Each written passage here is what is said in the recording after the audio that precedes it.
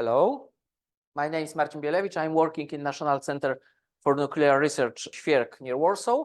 And maybe it's a good moment because I will be talking about scintillator detector. The small layout of my presentation, I explain some facts, some parameters of detection systems which were prepared by my group, some laboratory test results, and what we can do with this detector. Of course, at this moment, because of this meeting, I'll be talking about CREDO possibility use. Genesis of this detector, because the name of detector MCORD is Modular Cosmic Ray Detector. On the beginning, it was MPD Cosmic Ray Detector. At Russia, at Dubna Laboratory, International Laboratory, they built a new collider, NICA collider. And for the NICA collider, the main detection system was planned the MPD detector, which we see on this slide, about 8 meters long cylinder, 6 meters diameter, and were planned to add the additional detector, the cosmic detector, which will be surround this cylinder. Of course, the main reason of this detector is a testing, calibration, and trigger reason for the other detectors. But from the very early beginning, I will start to use this detector for other purpose, for the astrophysics observation. How I said before, the first reason of this detector was trigger for the cosmic muon, for the laboratory test, and for the offline calibration other detector systems. This next reason, main reason, was helping to identify some muon coming from the decay, especially some. But for me, the most interesting was planned to use this detector for the astrophysics observation, especially for the observation of multi-muon events, because it should be quite big detector. But what can I say? Finally, after the start of the war, we canceled this program. We're leaving the Russia, and of course, the Russian still continue the building MPD detector, but without our cosmic ray detector. And from this moment, we start thinking what we can do with this almost ready-to-use project. Because from the beginning, we prepared this detector like a modular construction. We start, here we have some examples. Here we have the plan for this detector for the MPD. Here was the other plan for the monitor of collision before starting the real experiment. But here on the bottom, we see the basic construction of our detector. It means 2 sections. I explain later what is the section, which can working in coincidence mode. It means that we can use this detector for angular finding the muon signal and for any other reason. On this photography, you can see how really look the one section. One section consists 8 detector slabs. One basic set of our detector is one section plus MCORD hub and plus the digital electronic for analyze the signal. The basic information how it's working. This is each detector slab consists scintillator with length about 1.6 meters and thickness about 2.5 centimeters. We collect and measure lights from both ends of scintillators in coincidence mode. And of course, each end have the own CPM sensor, own temperature sensor, own amplifier, and own power supply, which we can control. The time resolution on the level 1 nanoseconds or better give us possibility to recognize the position of a particle which going through our scintillator on the level about 5 centimeters, 5-6 centimeters.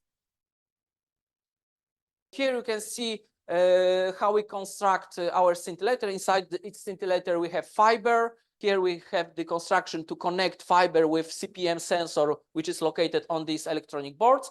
And full scintillator with electronic is putting inside the aluminum profile with the amplifiers. It means that we have a compact construction for each detection slabs. On this picture, you can see how we manufacturing our detector slabs. It's quite simple where all components are ready. And here you can see on this photography the electronics which were prepared for this detector. It was specially constructed for this detector.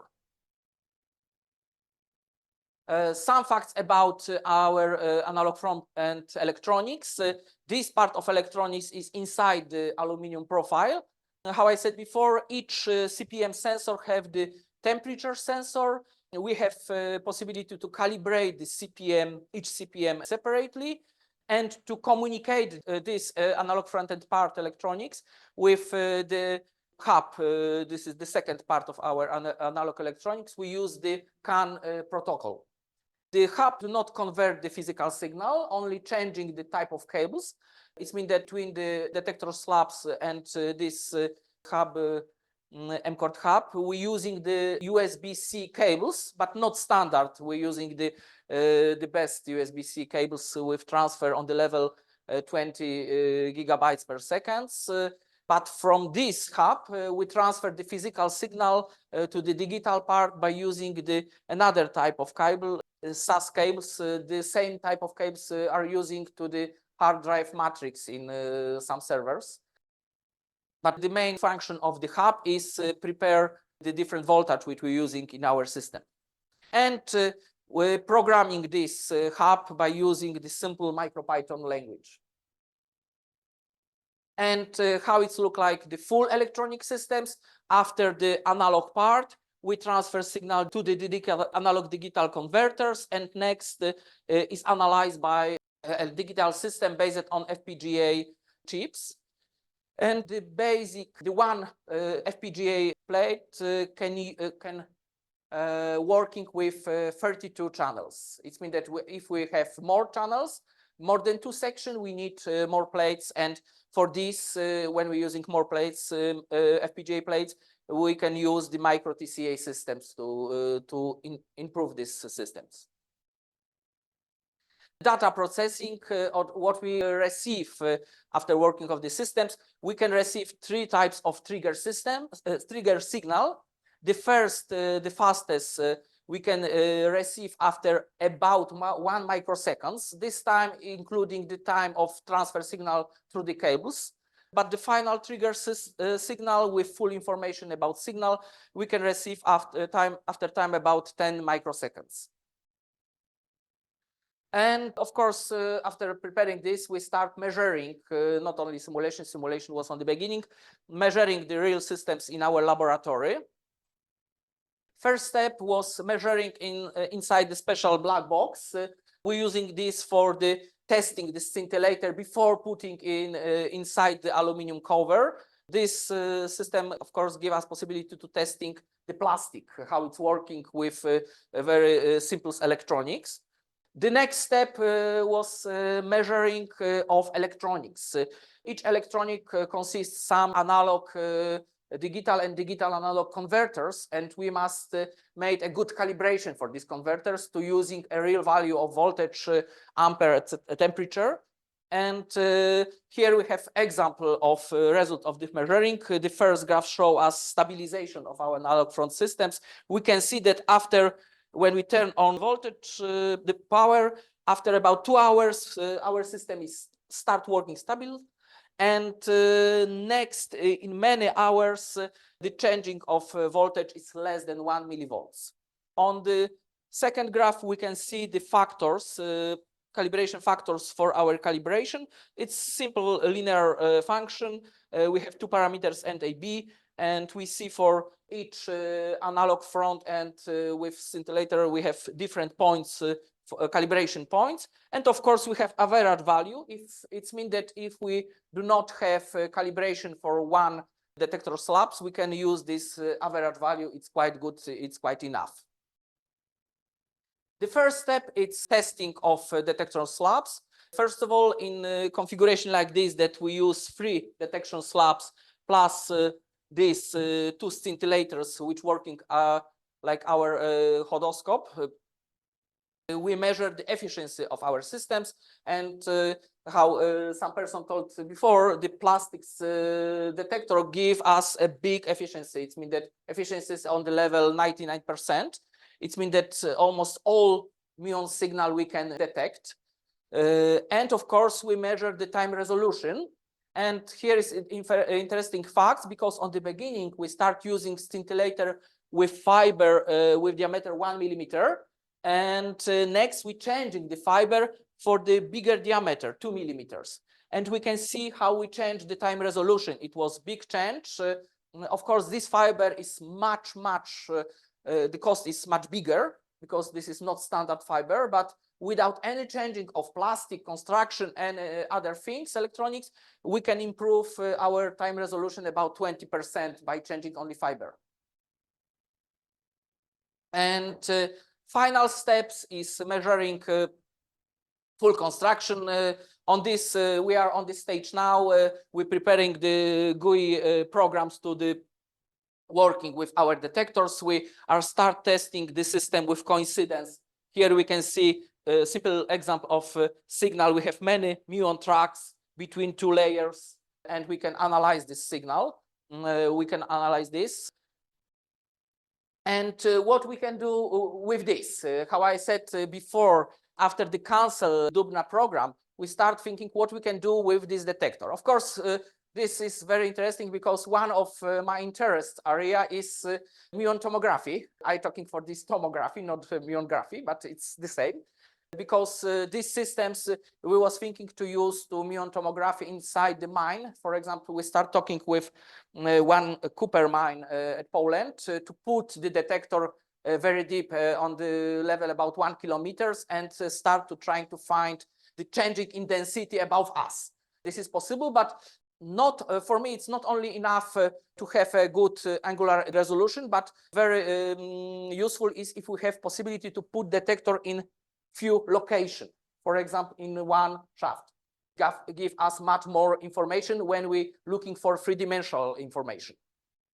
The second area what I'm looking for to what I can do with my detector was, for example, Na61 experiment, because with my group we joined to this experiment. At this moment, it is impossible because this system, not about detector, but about the possibility location, have too low resolution. The level of signal noise is too poor. That's why we resign with the product. But the next proposition is use this for the looking for earthquake precursor. It means that looking for the cosmic rays earthquake correlation. And we cooperate with the CREDO, with some private company here in Krakow, and we start talking with about this program with people, with my friend at Mexico and Chile. Both those countries have what we can say a lot of earthquakes, big system to measure the earthquakes. It means that we do not need to create this part of systems. We need some or many points to measure the average level of cosmic rays to finding the local correlation. Because, okay, maybe before when I go to the next slide, I show that here is the example of publication from the CREDO about the earthquake cosmic rays correlation. But here we have example another publication with the CREDO when we're talking about our plan. The main thinking is to create 2, 3, 4 detectors like this. Our friend from Chile, Gilberto, talking about their plan about this. They are very similar. We're talking about to make these measurements together. Of course, the main problem is finding the money, finding the source of money for this project, and we're working about this. Finally, I want to show you, if you are interested in more information about detection systems, are 2 big publications. One publication in show a conceptual design report and other technical facts about our detectors. And the second publication show very precision information about our electronics. I show you 2 graphs from this publication about our calibration systems. And we're still working what we can do with these systems, but CREDO Mexico Chile program, it's I think that very interesting. Thank you very much.